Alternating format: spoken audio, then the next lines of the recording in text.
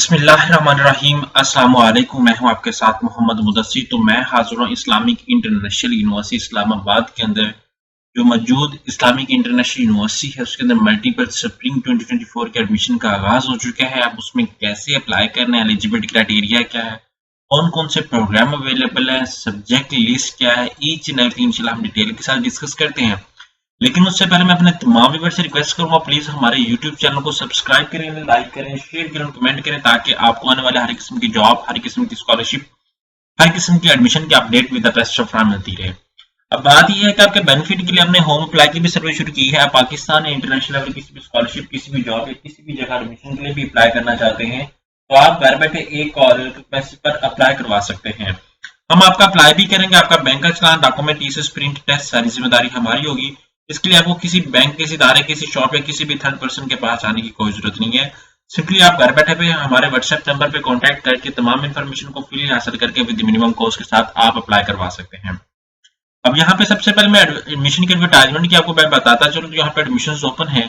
जितने भी कैंडिडेट्स, जिन लोगों का रिजल्ट अभी वेट में है, वो कैंडिडेट्स भी अप्लाई कर सकते हैं। यहाँ पे मेरिट कैलकुलेशन का फॉर्मूला बताया गया कि अंडर ग्रेजुएट प्रोग्राम के लिए आपके पास 40% मार्क्स होने आपके कैलकुलेट किए जाएंगे। 40% मार्क्स आपके मैट्रिक कैलकुलेट किए जाएंगे और 60% मार्क्स आपके जो है वो कंडक्ट किए जाएंगे आपके एफएससी के।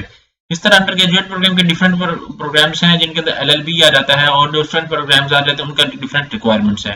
यहाँ पे पीएचडी की मैं बात करूं तो पीएचडी के लिए आपके सामने बताया गया कि सब्जेक्ट जगह जो गेट टेस्ट दिया जाएगा मिनिमम 3 सीजी पे होनी चाहिए और जनरल जो है वो 40% मार्क्स का होगा टेस्ट और 60% का सब्जेक्टिव टेस्ट होगा।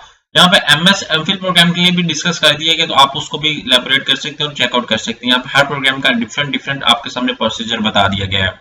अब यहाँ पे मैं बताता चलूं कि यहाँ पे क्लिक है for see all the program details. जैसे इस प्रोग्राम के ऊपर क्लिक आउट करते तो हमारे सामने सारी डिटेल आपके सामने आ जाती है।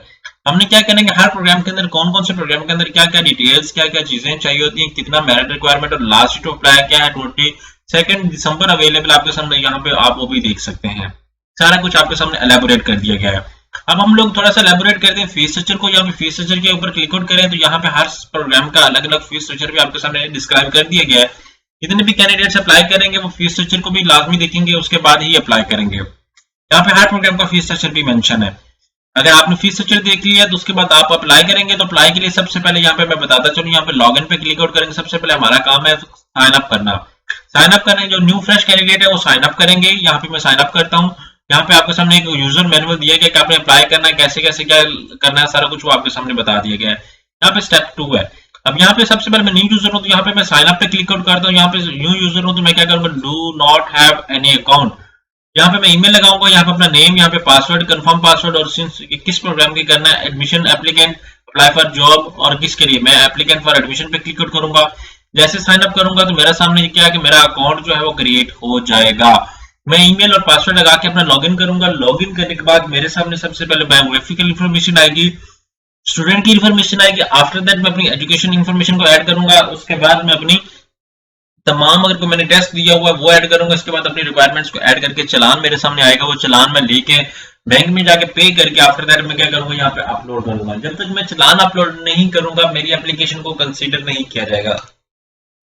तो जितने भी कैंडिडेट्स हैं मैं उनसे रिक्वेस्ट करूंगा कि अगर आप अप्लाई करना चाहते हैं या तो आप हमारे थ्रू अप्लाई करवा लें या आप घर बैठे बैठाए खुद भी कर सकते हैं और हमारे यूट्यूब चैनल को भी सब्सक्राइब करें। Thank you.